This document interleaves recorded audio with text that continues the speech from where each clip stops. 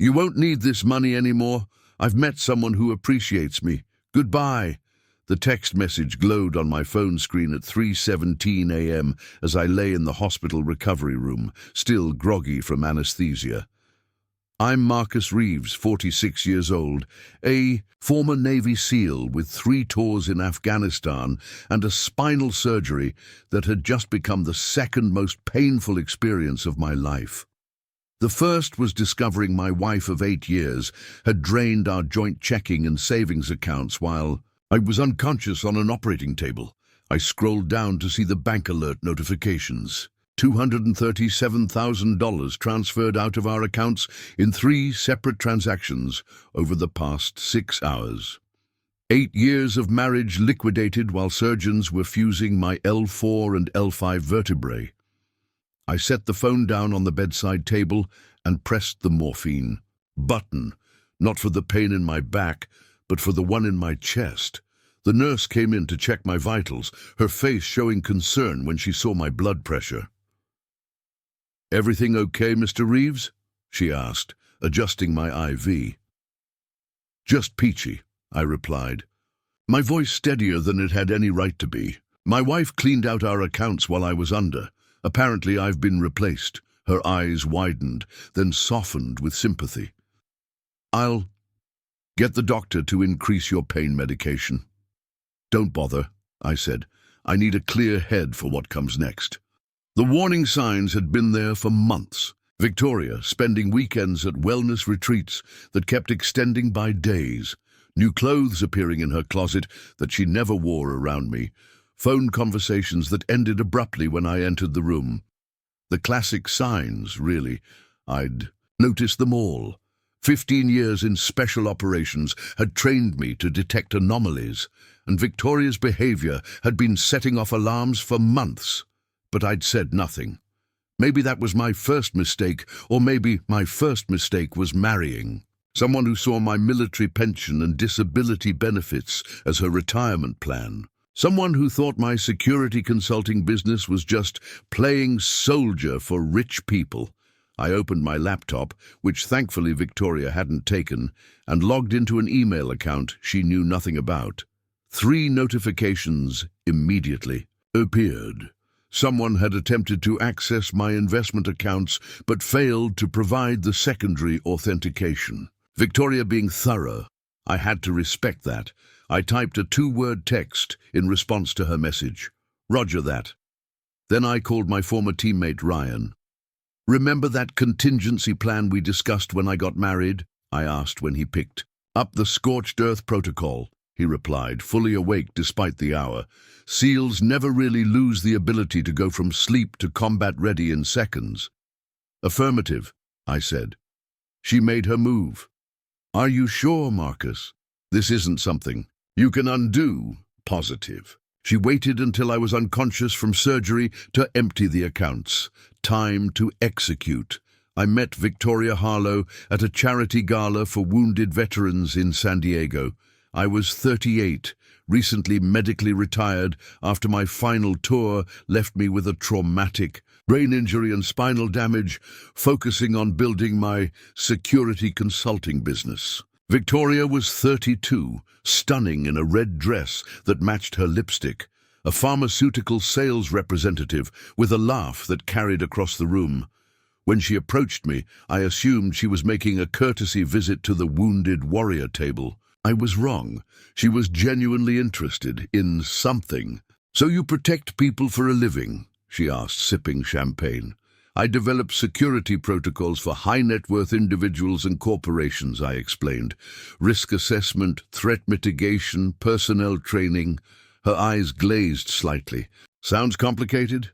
Dangerous too?" "The most dangerous part is the paperwork," I joked. "Liability waivers are killer." She laughed, touching my arm. "As long as you make good money doing it, those clients must pay well." We married 13 months later. I funded her career change into luxury real estate, buying her first office space outright from my combat pay savings. When she wanted a beachfront condo in La Jolla instead of my practical house in Carlsbad, I agreed. When she needed a Mercedes GLE to project success to clients, I signed the lease papers. I was making solid money, and Victoria had expensive tastes that she insisted were investments in our future. My father, also a veteran, visited us once and pulled me aside as we grilled steaks on the balcony overlooking the Pacific. "Son," I notice, "your wife has expensive habits," he said quietly, flipping a ribeye. "Just make sure she values what you sacrifice to afford them." I dismissed his concern with a laugh, but the comment lingered like smoke. 4 years into our marriage, I began, quietly restructuring my finances. Nothing illegal, just prudent. I created offshore accounts in the Cayman Islands and Singapore through my international clients. I established a trust in my nephew's name. I converted a portion of my assets to cryptocurrency stored on cold wallets that Victoria didn't know existed. Victoria knew about our joint checking, savings, and investment accounts. She knew about my military pension and VA disability payments. She didn't know about the rest. As she became increasingly involved in the luxury real estate world, her absences grew longer. Networking events in Palm Springs, market research trips to Miami, client development weekends in Aspen. "You'd be bored," she'd say. "It's all property talk and market analysis." Last Thanksgiving, she forgot the anniversary of the operation that earned me a Purple Heart. When I mentioned it the next day, she ordered an expensive watch to be delivered, texting me, "Sorry, babe, been swamped with the new development deal." I accepted the watch, but that night finalized the paperwork on my contingency plan. The warning signs were mounting into a tactical picture I couldn't ignore. The morning after her text, a nurse helped me sit up in my hospital bed. The spinal surgery had gone well, but recovery would take months. I borrowed the hospital phone, since Victoria had been my emergency contact and ride home. I called Ryan. "She cleaned me out while I was under the knife," I said. "Time to activate everything." "On it," he replied without hesitation. "We've got your 6, brother." The hospital released me 3 days later. Ryan picked me up in his black Ford F-150, helping me navigate from wheelchair to passenger seat with practiced efficiency. As a former combat medic, he knew exactly how to support someone with a fresh spinal surgery. "Your place or mine?" he asked, putting the truck in drive. "Mine," I said. "She's not getting the condo, too." Ryan nodded. "How's the pain?" "Manageable. The physical pain, at least." The surgical site throbbed beneath its dressing, but military training had given me a high threshold. The betrayal was another matter. Back at the condo, the first thing I noticed were the empty spaces. Victoria's art pieces gone from the walls. Her extensive shoe collection missing from the closet. The expensive blender we'd barely used vanished from the kitchen counter. She'd been planning this, systematically removing her possessions while I was preparing for surgery. "Coffee?" Ryan asked, already moving to the kitchen. "Make it strong," I replied, easing myself carefully onto the couch. "Then we need to talk about what she took besides her things." While Ryan brewed coffee, I opened my laptop and accessed a secure virtual private network. From there, I logged into a financial management system I'd built myself, combining my military intelligence background with my security expertise. Victoria had no idea it existed. With a few keystrokes, I activated the first phase of the contingency protocol Ryan and I had designed years earlier. First, I documented the unauthorized transfers from our joint accounts, sending evidence to my attorney with instructions to file for divorce immediately. Then, I froze the secondary accounts Victoria didn't know I could access. Finally, I triggered a series of alerts to financial institutions showing potential fraud activity. Ryan returned with 2 mugs of black coffee. "What's the damage assessment?" "She took $237,000 from our joint accounts. That's everything that was in them." I sipped the scalding coffee. "But she missed about $3.8 million. Ryan's eyebrows rose. "You've been busy." Afghanistan taught me to always have extraction routes and rally points, I said. Marriage just meant adapting those principles to finances. My phone lit up with Victoria's name. I declined the call. It immediately rang again and again. Then came a text.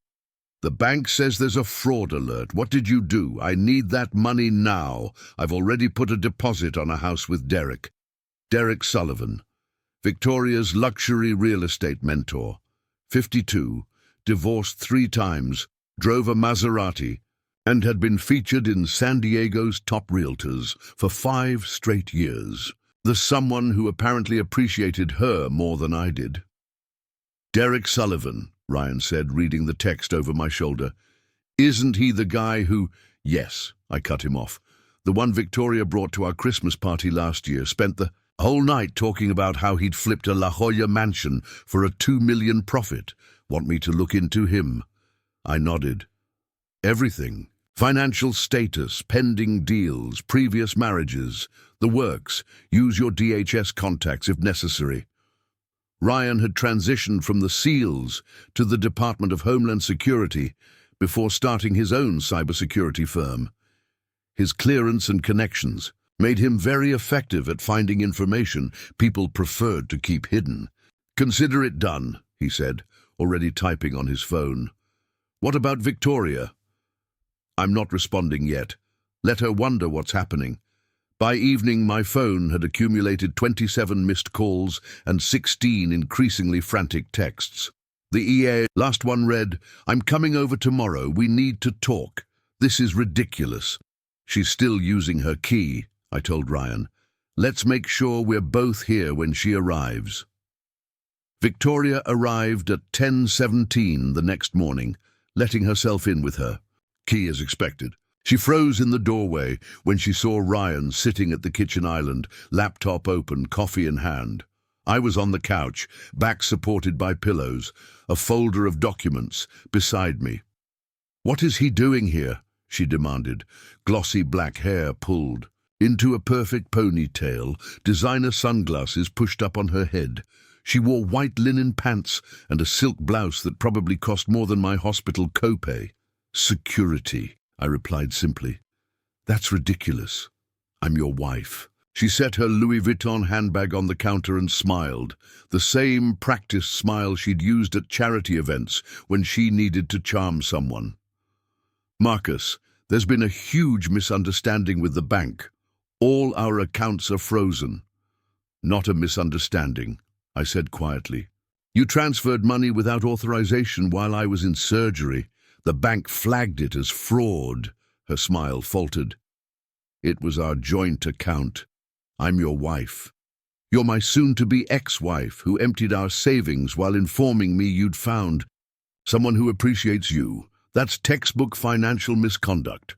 Victoria's eyes darted to the folder beside me, then back to my face. Her voice dropped to a harsh whisper. You cannot do this to me. I've already put deposits down on a new place. I've made commitments to Derek. Yes, Derek Sullivan, I said. I know all about those commitments. Her face paled. You're investigating me, just protecting myself from fraud? I replied. Ryan remained silent, watching the exchange with the impassive eyes of someone who'd seen far worse confrontations in combat zones. I'll fight this, she snapped, reaching for her bag. I deserve half of everything. Half of what's in those accounts? Sure. But you seem to be under the impression that's all there is. She blinked, confusion momentarily replacing anger. What are you talking about? You'll find out in discovery. Victoria straightened her spine, switching tactics. I spent 8 years supporting your career, dealing with your PTSD episodes, managing your medications. My medical records indicate I've never been diagnosed with PTSD, I interrupted, and I've taken the same blood pressure medication for 5 years, self-administered, no management required. Her eyes narrowed. Everyone knows veterans struggle after coming home. The courts will recognize what I've dealt with. Ryan cleared his throat. Mrs. Reeves, As your husband's medical proxy, I received all updates from his doctors during surgery. They specifically noted his excellent psychological health assessments and compliance with physical therapy. No psychiatric medications were prescribed. Victoria hadn't known that I'd changed my medical proxy to Ryan 3 months earlier when my back pain had worsened and surgery became inevitable. Another contingency planned for. This is insane, she said, voice rising. You planned this? No, Victoria, you planned this. I just prepared for it. She grabbed her bag and moved toward the door, pausing with her hand on the handle. My attorney will contact you. Don't expect this to be amicable. After she left, Ryan turned to me. You okay? I nodded, then winced as pain shot through my lower back. Did you find anything on Sullivan? Ryan opened his laptop. Oh yeah, Derek Sullivan is up to his eyeballs in debt. 3 mortgages on his primary residence, all underwater. His real estate company hasn't closed a major deal in 18 months. He's been using new investor funds to pay previous investors. A Ponzi scheme, I said. Classic one. And guess who just became his newest investor? Victoria used our money to invest with him? Ryan nodded grimly. Transfer records show $150,000 went directly to Sullivan Real Estate Holdings yesterday morning. I leaned back against the pillows, processing this information. She doesn't know what she's done. Nope, Ryan agreed, and neither does he. The next morning brought pain, surgical recovery mixed with emotional aftermath. I swallowed prescribed painkillers with orange juice, watching sunlight splash across the condo's hardwood floors. These quiet moments were always the hardest during deployments too. When the adrenaline faded and reality settled in, my phone chimed with a text from my attorney, Catherine Weiss. Victoria's lawyer contacted me. They're requesting immediate mediation and threatening to publicize your financial irregularities if you don't comply. I smiled slightly. Catherine had been a JAG officer before entering private practice. She understood the military mindset and had helped many veterans through divorces. I'd retained her services 6 months ago, another preparation Victoria hadn't known about. Tell them we'll meet, I replied. But first, send them the bank's fraud investigation report. Ryan returned from a grocery run, moving efficiently around the kitchen as he put items away. Your fridge was empty except for champagne and yogurt, he said. I got the essentials. Thanks, I said. Victoria never cooked, said it was a waste of time when delivery was so convenient. I remember. Ryan started making breakfast. Your lawyer call yet? Just texted. Victoria's side is already making threats. Ryan cracked eggs into a bowl. They don't have anything to threaten with. No, they don't. I shifted position, grimacing as my back protested. What did your contact at SEC say about Sullivan? Ryan placed a cast-iron skillet on the stove. They've had him on their radar for months. Your documentation just moved him up the priority list. They're particularly interested in how he's been using the real estate developments to attract investors. Like Victoria. Exactly. Ryan poured beaten eggs into the hot skillet. She fell for the oldest trick in the book, promised returns that were too good to be true. After breakfast, I spent an hour on secure video calls with financial institutions. In Singapore and the Cayman Islands, confirming my assets remained untouched and transfer protocols were in place. Victoria had no idea about these accounts, established through my security consulting work with international clients who preferred discretion in their financial arrangements. By afternoon, Catherine called with an update. We have a problem, she said. Victoria's claiming you hid assets during the marriage, which constitutes fraud. I never hid assets, I replied calmly.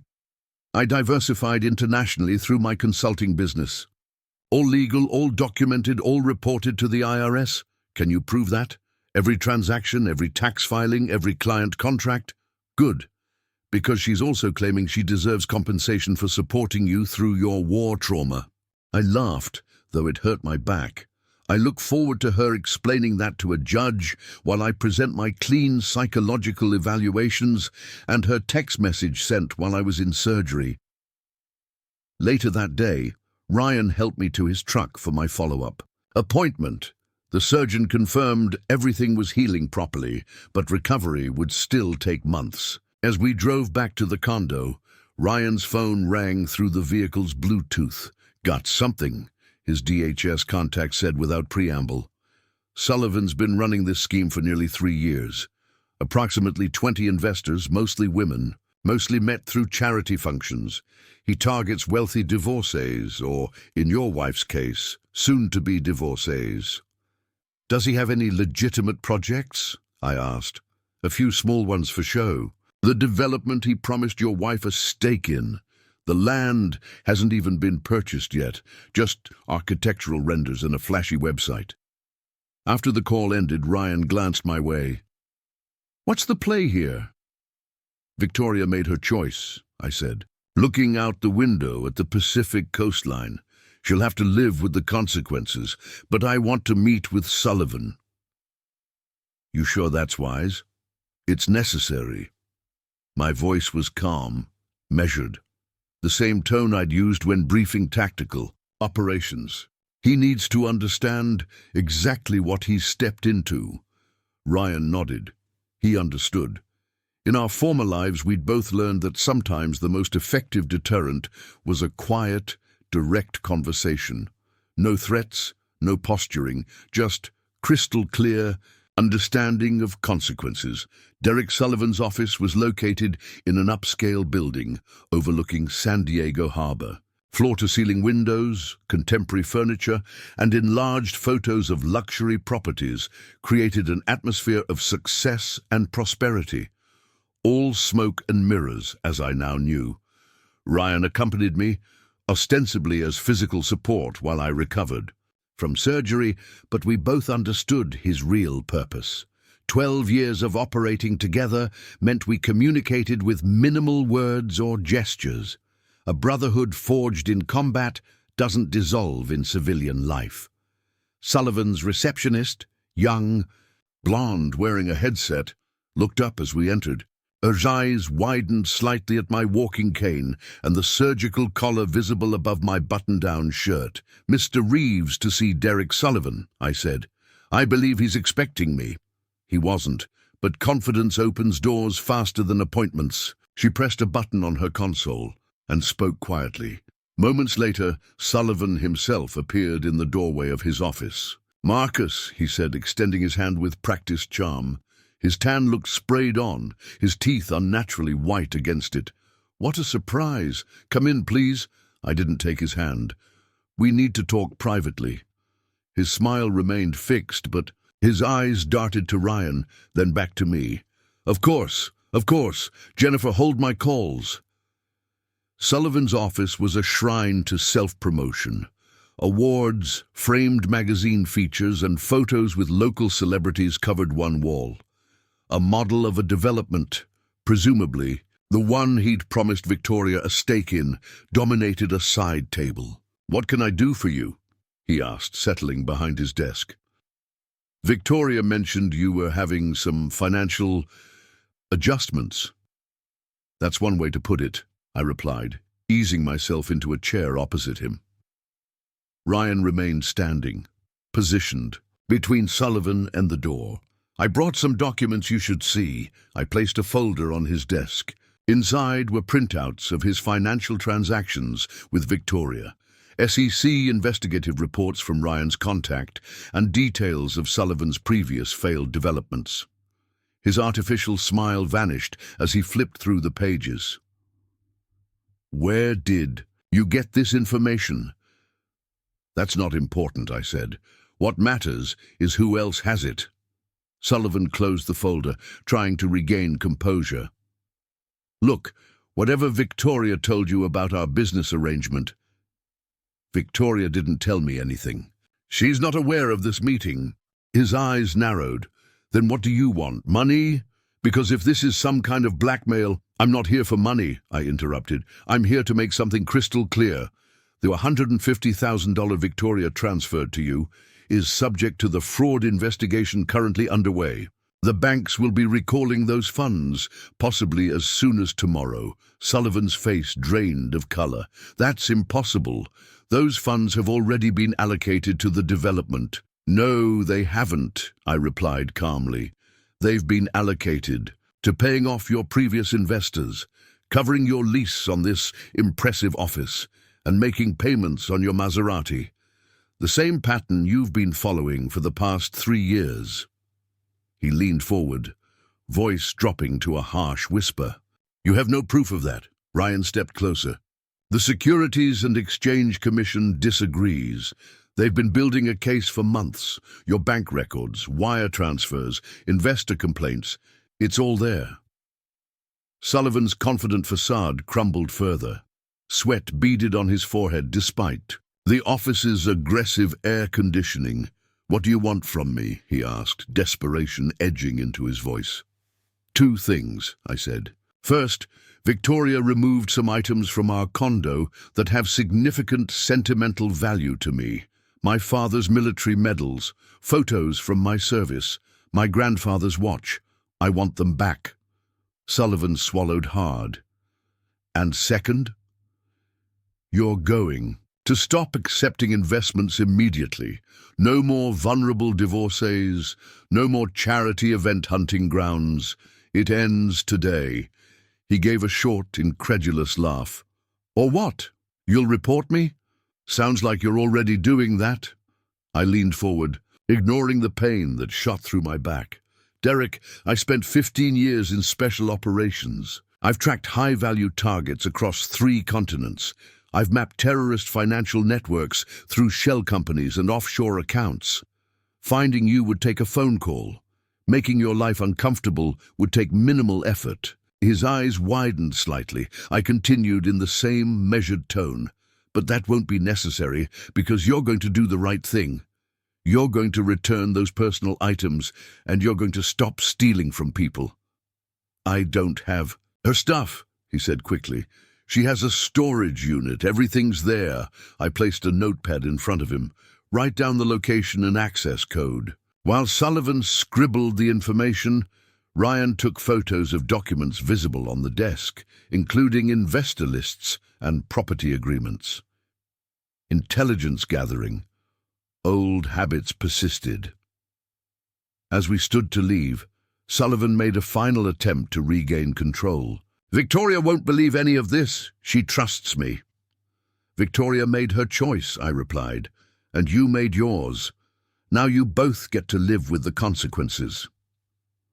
Back in Ryan's truck, I exhaled slowly, the confrontation having taken more physical. Told than I'd let show. You think he got the message? Ryan asked, starting the engine. He got it, I confirmed. Men like Sullivan survive by recognizing threats to their lifestyle. Right now, I'm the biggest threat he's facing.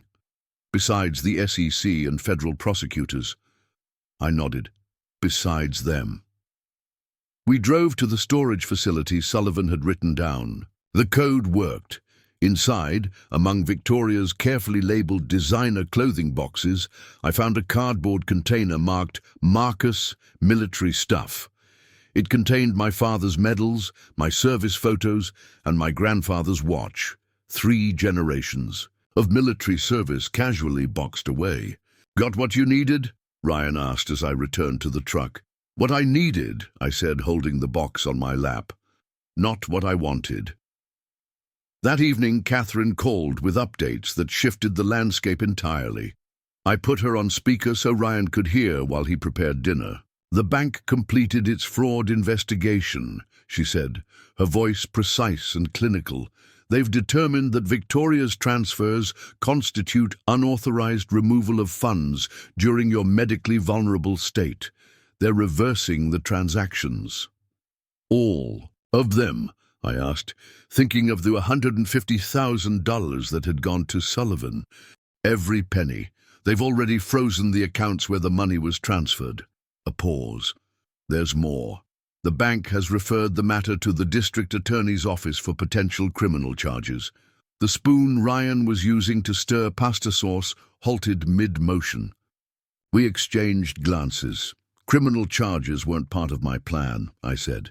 They rarely are, Catherine replied, but unauthorized access to financial accounts while a spouse is under anesthesia crosses several legal lines. The bank is required to report it. I considered this development. I wanted Victoria to face consequences, but not necessarily criminal ones. Can the charges be mitigated? If you provide a statement indicating you don't wish to pursue criminal prosecution, yes. But that card should be held until we see how she approaches the divorce settlement. After the call ended, Ryan resumed cooking. You going to bail her out? I turned my father's Purple Heart over in my palm, one of the medals I'd retrieved from storage. Haven't decided yet.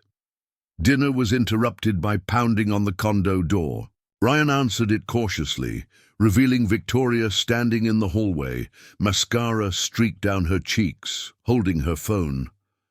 The bank froze everything, she said, pushing past Ryan. They're saying I committed fraud. They've even frozen Derek's business accounts. Her eyes locked on me. What have you done? I didn't do anything, I replied calmly. The bank's fraud detection system did exactly what it's designed to do. Victoria noticed the military medals on the coffee table. You went to the storage unit? How did you even know where it was? Derek was very cooperative, her face flushed. You had no right to speak to him about our business arrangements. Interesting choice of words, I observed. Our business arrangements. It's not what you think, she stammered, suddenly defensive. He's helping me invest the money properly, for our future. Victoria, I said quietly, there is no our future, and Derek Sullivan isn't helping anyone but himself. His development project doesn't exist. That's a lie, she snapped. He showed me the architectural plans, the property surveys, all fabricated. His company hasn't closed a legitimate deal in over a year. He's using new investor funds to pay previous investors and maintain his lifestyle.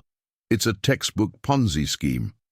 Victoria sank onto the couch, her designer purse sliding to the floor. That's not possible. He showed me documentation of returns from previous projects. Falsified, Ryan interjected. The SEC has been building a case against him for months. Your investment just accelerated their timeline. The color drained from Victoria's face as reality finally pierced her denial. What happens now? She whispered. The bank has referred the matter to the DA's office, I explained. They're considering criminal charges for the unauthorized transfers. Criminal charges? Her voice rose in panic. Marcus, you can't let that happen. It would destroy my real estate career. I studied her for a long moment. Even now, her primary concern was for herself, not for what she'd done or the trust she'd broken. I haven't decided what I'm going to do yet, I said truthfully, but right now I need you to leave. My attorney will contact yours tomorrow with our proposed settlement terms. Victoria hesitated, her panic visibly battling with indignation.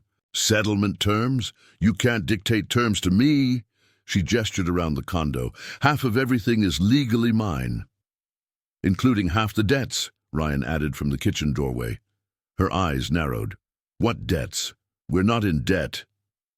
I leaned forward carefully, managing the pain in my back. Derek Sullivan's investors are filing claims against him. The money you transferred is now tied up in those proceedings. If you maintain your business connection with him, you could be named as an accomplice. That's ridiculous, she protested, but uncertainty had crept into her voice. I'm a victim here too. The bank records show you transferred funds while I was unconscious from surgery, I replied evenly. Then immediately invested them with Sullivan. That doesn't look like victimhood to the authorities. Victoria's composure cracked further. She buried her face in her hands, shoulders shaking. I felt a momentary twinge of sympathy, the same feeling I'd experienced towards scared civilians in combat zones, but reminded myself this wasn't an innocent caught in crossfire. This was someone who had made calculated decisions repeatedly. Over time, I didn't know. she said through her fingers. Derek said the investment was guaranteed. He said we could double the money in 6 months. There are no guaranteed investments, I said. That's the first rule of financial security. She looked up, mascara creating dark rivers down her cheeks. What are your terms? My attorney will present them formally, but in essence, the condo sells and proceeds are split.